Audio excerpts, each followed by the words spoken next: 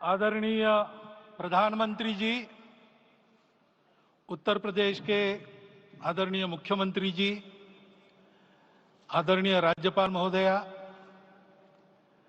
देश के आज विद्यमान सभी पंथ संप्रदायों का प्रतिनिधित्व करने वाले हमारे संत, ऋषि, आचार्य गण और समाज के सब स्तरों का प्रतिनिधित्व करने वाले निमंत्रित महानुभाव,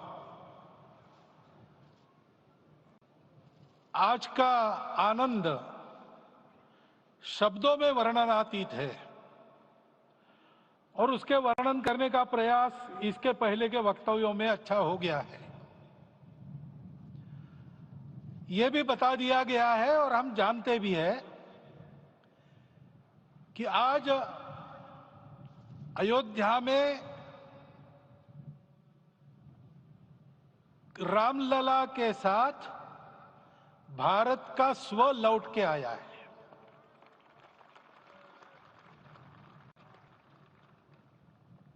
और संपूर्ण विश्व को त्रासदी से राहत देने वाला एक नया भारत खड़ा होके रहेगा, इसका प्रतीक आज का कार्यक्रम बन गया है।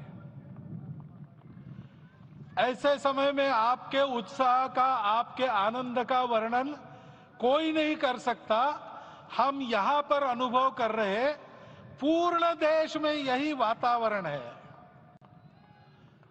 छोटे छोटे मंदिर के सामने दूरदर्शन पर इस कार्यक्रम को सुनने वाले हमारे समाज के करोड़ों बंधु वहां पहुंच न पाए, ऐसे घर घर के हमारे नागरिक सज्जन, माता भगिनी सब भाव विभोर है, सब में आनंद है, सब में उत्साह है।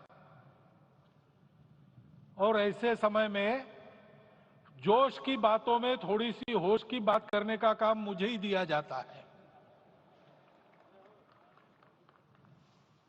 आज हमने सुना कि इस प्राण प्रतिष्ठा महोत्सव में पधारने के पूर्व प्रधानमंत्री जी ने कठोर व्रत रखा।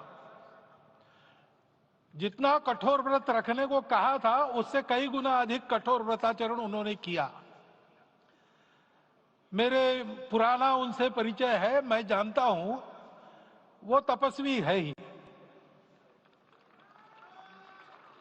परंतु वो अकेले तप कर रहे हैं, हम क्या करेंगे। अयोध्या में रामलला आए, अयोध्या से बाहर क्यों गए थे, रामायण में क्यों गए थे बाहर, तो अयोध्या में कलह हुआ। अयोध्या उस पुरी का नाम है जिसमें कोई द्वंद्व नहीं, जिसमें कोई कलह नहीं, जिसमें कोई दुविधा नहीं। वो हुआ 14 वर्ष वनवास में गए। वो सब ठीक होने के बाद दुनिया के कलह को मिटा के वापिस आए। आज रामलला वापस फिर से आए हैं 500 साल के बाद। जिनके त्याग, तपस्या, प्रयासों से ये सोने का दिन आज हम देख रहे, सुवर्ण दिवस देख रहे, उनका स्मरण प्राण प्रतिष्ठा के संकल्प में हम लोगों ने कहा, आपने सुना होगा, स्मरण किया। उनकी तपस्या को, उनके त्याग को, उनके परिश्रम को शत बार, सहस्त्र बार, कोटि बार नमन है। रामलला के यहां इस युग में आज के दिन फिर वापस आने का इतिहास जो जो श्रवण करेगा वो राष्ट्र के लिए कर्म प्रवण होगा और उसके राष्ट्र का सब दुख दैन्य हरण होगा। ऐसे इस इतिहास का सामर्थ्य है। परंतु उसमें हमारे लिए कर्तव्य का आदेश भी है। प्रधानमंत्री जी ने तप किया, अब हमको भी तप करना है।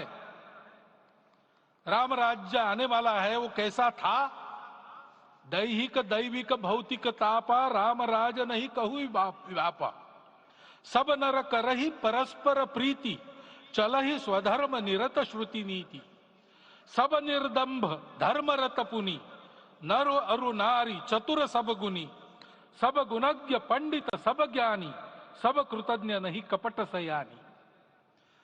राम राज्य के सामान्य नागरिकों का जो वर्णन है, हम भी इस गौरवमय भारतवर्ष की संतानें हैं। कोटि कोटि कंठ उसका जयगान करने वाले हमारे हैं।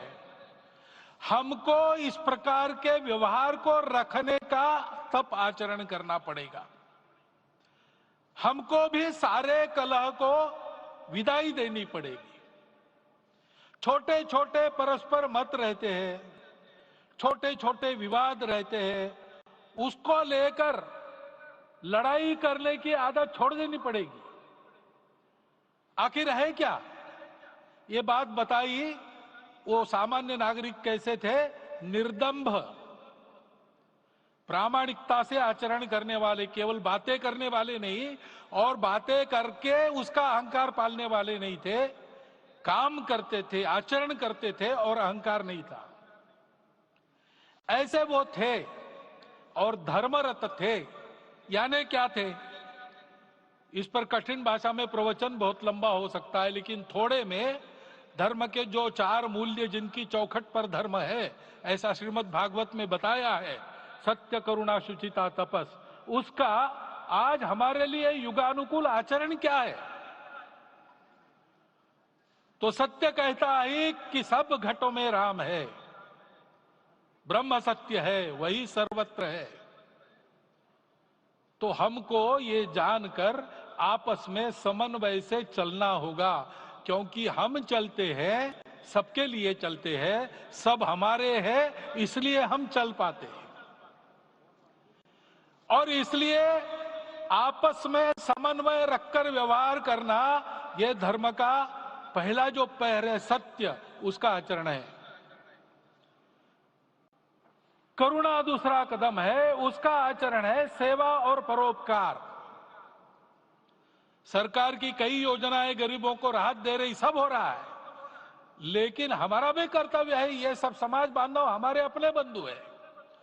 तो जहां हमको दुख दिखता है, पीड़ा दिखती है, वहां हम दौड़ जाए, सेवा करें, दोनों हाथों से कमाएं, अपने लिए न्यूनतम आवश्यक रखकर बाकी सारा वापस दे, सेवा और परोपकार के माध्यम से। यह करुणा का अर्थ आज है। शुचिता पर चलना है, यानी पवित्रता होनी चाहिए। पवित्रता के लिए संयम चाहिए,